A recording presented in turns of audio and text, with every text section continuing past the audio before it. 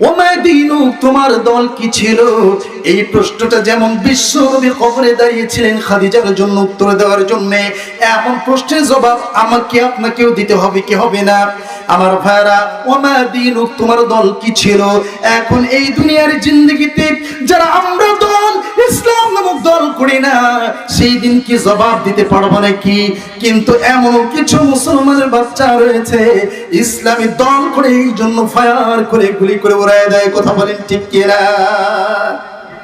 তুমিও তো মুসলমান, তুমি যে ব্যক্তিকে মারছো, আজকে ইসলাম যদি প্রতিষ্ঠিত থাকতো, তাহলে সমাজে যদি বিশ্ব নবী 40টা বছর বহুরূপ চেষ্টা চালিয়েছেন, হেল্পফুল ফজল গঠন করেছেন, যুবকদেরকে একত্রিত করেছেন, সমাজটাকে শান্ত করার জন্য চেষ্টা করেছেন, বহুরূপ চেষ্টা চালিয়েছেন, কোন রূপ পাবেন নাই।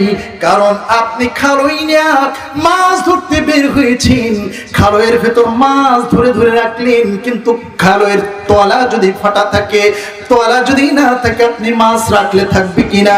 বিশ্বনবীর কাছে সব ছিল, বিশ্বনবী সব দিক দিয়ে চেষ্টা করেছেন। 40টা বছর যতদিন পর্যন্ত বিশ্বনবীর কাছে কোরআন নাজিল হয়ে নাই, এই কোরআন যখন নাজিল হয়ে গেল, বিশ্বনবী কোরআন দিয়া এত সুন্দর সমাজ তিনি বিনির্মাণ করলেন। বিশ্বনবী বললেন, খায়রুল কুরুনি করনি সুম্মাল্লাযীনা ইয়ালুনাহুম, সর্বশ্রেষ্ঠ যুগ হচ্ছে আমি মুহাম্মাদের যুগ। সুবহানাল্লাহ। আমার ভাইরা, ততদিন পর্যন্ত বিশ্বনবী পড়েন নাই এই সমাজটাকে শান্ত করার জন্য। আমার ভাইরা, বিশ্বনবীর সময় কোরআন ছিল, আজকে আর মনে হয় কোরআন নাই আমাদের মাঝে। আছে আছে, ওই কোরআনই আছে। আমার ভাইরা, সেই সময় বিশ্বনবীর কাছে কোরআন ছিল, আর এই কোরআনের বাস্তবায়ন ছিল। কথা বলেন ঠিক কিনা? কিন্তু 90% মুসলমানের দেশে কোরআন রয়েছে, কিন্তু কোরআনের বাস্তবায়ন আমাদের মধ্যে নাই। কথা বলেন ঠিক কিনা? আজকে কোরআন রয়েছে মসজিদের তাকে তাকে, হাফেজদের মাথায় মাথায়, আর রয়েছে কাগজের পাতায় পাতায়। কোরআন যদি সমাজের বুকে থাকতো, তাহলে জালিমরা জেলখানায় তাদেরকে ফাঁসির কাস্টে ঝোলানো হতো, আর আলেমদের সম্মান সমাজে ঠিক থাকতো। কথা বলেন ঠিক কিনা? আজকে কোরআন সমাজে বাস্তবায়ন নেই। এই জন্য দেখা যায় ওই যে কয়েকদিন আগে 1 মাস হয়ে গেল, একজন হিন্দুর বাচ্চা কোরআনটাকে জাহাঙ্গীরনগর বিশ্ববিদ্যালয়ের একজন হিন্দু, এই ছেলেটা কোরআন ছিঁড়েছি, এরপরে এর উপর নৃত্য করেছে, ফেসবুকে লাইভ করেছে, অ্যারেস্ট করা হয়েছে। আজকে 1 মাস চলে যায়, এ পর্যন্ত এই সরকার প্রশাসন তার বিরুদ্ধে কি আইন ব্যবস্থা নিল, এইটা আজ আমরা 90% মুসলমান আজও জানলাম না। বলুন তো দেখি, তার বিরুদ্ধে বলা হলো তার মাথা ঠিক নাই। এত কিতাব রয়েছে, এত ধর্মগ্রন্থ রয়েছে, হিন্দুদের বেদ, বাইবেল, দীঘাডিগা, ইয়াহফিজ, কালমার, সিকারডেটা, নিউ টেস্টামেন্ট, জিন্দাবেস্তা, এত ধর্মগ্রন্থ রয়েছে, তুমি কোন পাতা ছিঁড়লা না। মহাবিশ্বের মহাবিশ্বয় মহাগ্রন্থ কোরআনুল কারীমটা ছিঁড়ে ছিঁড়ে ফেললা। তোমার এই সময় মাথা ঠিক রয়েছে, অথচ প্রশাসন ধরে নিয়ে বলছে এর মাথা ঠিক নেই। বলুন নাউযুবিল্লাহ। এর বিচার আমরা পাই নাই, কারণ পার্লামেন্টে তো কোরআন প্রতিষ্ঠিত নেই। কথা বলেন ঠিক কিনা? আমার ভাইরা, রাসূল কি গালি দেওয়া হয়, সেইখানেও কোনো বিচার পাই নাই। আমরা পেয়েছি নাকি? গত 4 দিন আগে দেখলাম স্কয়ার মাস্টার বাড়ির ময়মনসিংহ, সেখানে আমি তাফসীর প্রোগ্রামে গিয়েছিলাম। হঠাৎ করে দেখলাম একটা হিন্দুর বাচ্চা যতগুলি মানুষ বেয়াদবি করেছে রাসূলের সাথে, কোরআনের সাথে, অধিকাংশ মানুষগুলাই হচ্ছে হিন্দু। কোন ধর্মের? হিন্দু কোন ধর্মের? কথা বলে না। হিন্দু ধর্মের বাংলাদেশে দেখতে পেতেছি। এখন দেখা গেল ওই যে ময়মনসিংহের ওই যে স্কয়ার মাস্টার বাড়ির লোক, তৌহিদি জনতা যারা ছিল, অসংখ্যবার তাকে সতর্ক করেছে, ছেলেটা শুনে নেয়। এরপরে ওই ছেলেটাকে ধরেছে, ধরার পরে রশি দিয়া তার গলায় পেঁয়াজ দেওয়া হয়েছে, গাছের সঙ্গে ঝুলায়, এরপরে পেট্রোল দিয়ে আগুন জ্বলায় তাকে দুনিয়া থেকে বিদায় করে দিয়েছে। আমার ভাইরা, আমরা চাই না বাংলাদেশের মুসলমানেরা আমরা কোনো আইনকে হাতে তুলে নেই। কথা বলেন ঠিক কিনা? কিন্তু আমরা চাই রাসূলের বিরুদ্ধে যারা কথা বলবে, কোরআনের বিরুদ্ধে যারা কথা বলবে, 1 মাস 2 মাস নয়, 3 দিন 4 দিনের ব্যবধানে তাদের তাদের রায় কার্যকর করতে হবে। কথা বলেন ঠিক কিনা? কিন্তু দেখতে পেলাম কত বাবার বিচার আমরা বাংলার জমিনে দেখেছি, কিন্তু ওই যে আসাদুর আমার রাসূলকে গালি দিয়েছিল আজও পর্যন্ত ইন্টারপোলের মাধ্যমে তাকে হাজির করা হয় নাই। আইনকে আমরা হাতে নিতে চাই না, কি কথা বলেন? আমার ভাইরা, আমাদের তো পুরানোর প্রয়োজন হতো না। আমরা বাংলাদেশের মুসলমানের বুঝে গেছি আমার রাসূলকে গালি দিলে এই পৃথিবীতে তার নিঃশ্বাস নেওয়ার অধিকারও তার নাই। কথা বলেন ঠিক কিনা? এই জন্য দেখা যাচ্ছে এমন হচ্ছে, সবচেয়ে অবাক হবেন আমাদের এই যে পাশে আটঘরিয়া থানার এই খিদিরপুর চিনেন নাকি?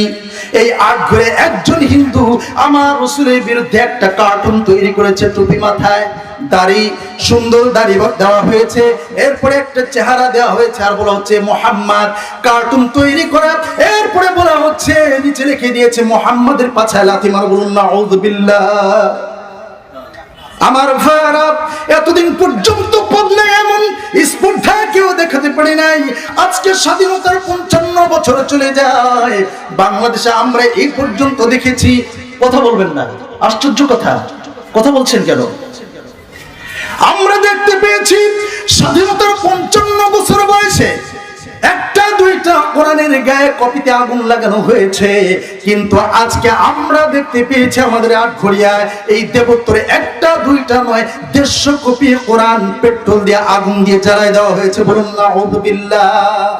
আমার ভাইরা, আমি বড়ই অনুতাপের, আমি বড়ই টেনশনের মধ্যে। আমার মনে হয় যে যখন ঝড় উঠে যায় তখন ঝড় মনে হয় যিনি নামাজ পড়েন তার বিরুদ্ধে যায় না, যে নামাজ পড়ে না তার উপর দিয়ে যায়। খালি এমন যায় নাকি?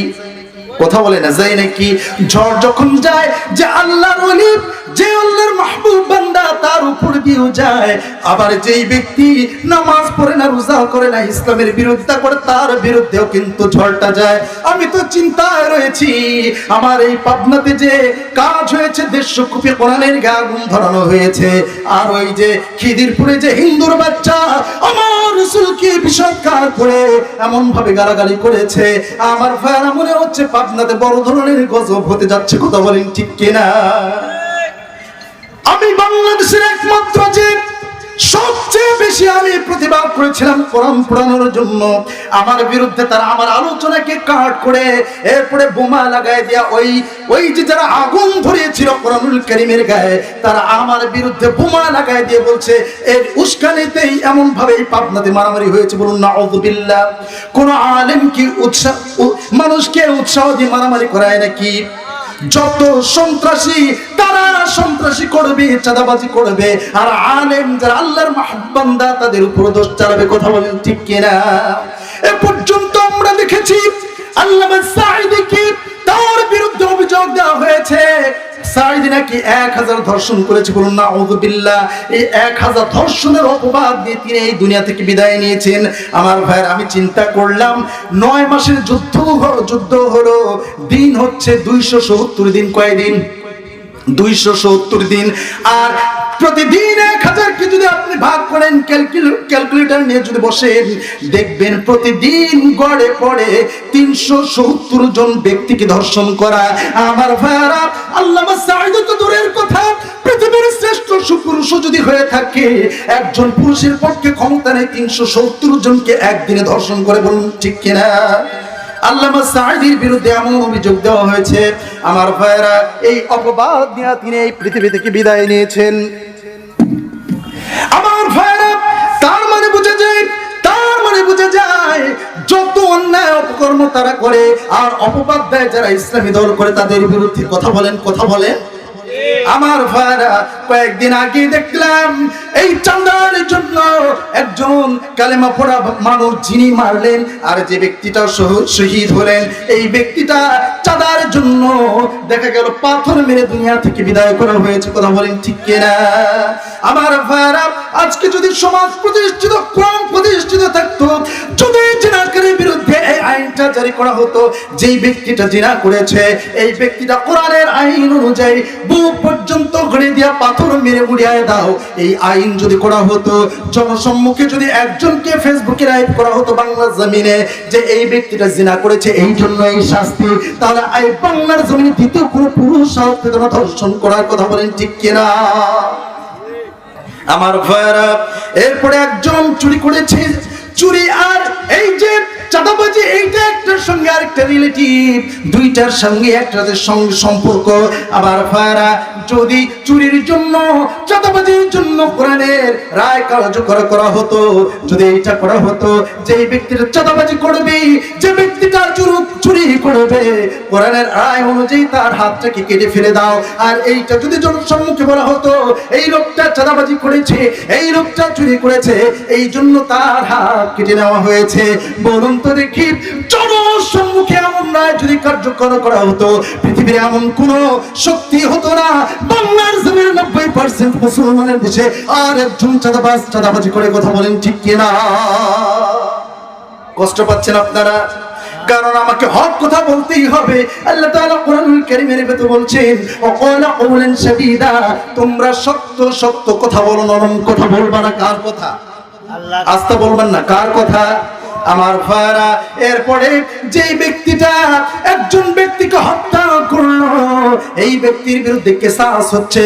যে ব্যক্তিরা হত্যা করেছে, এই ব্যক্তিকে যেমন করে হত্যা করেছে তারেও হত্যা করো।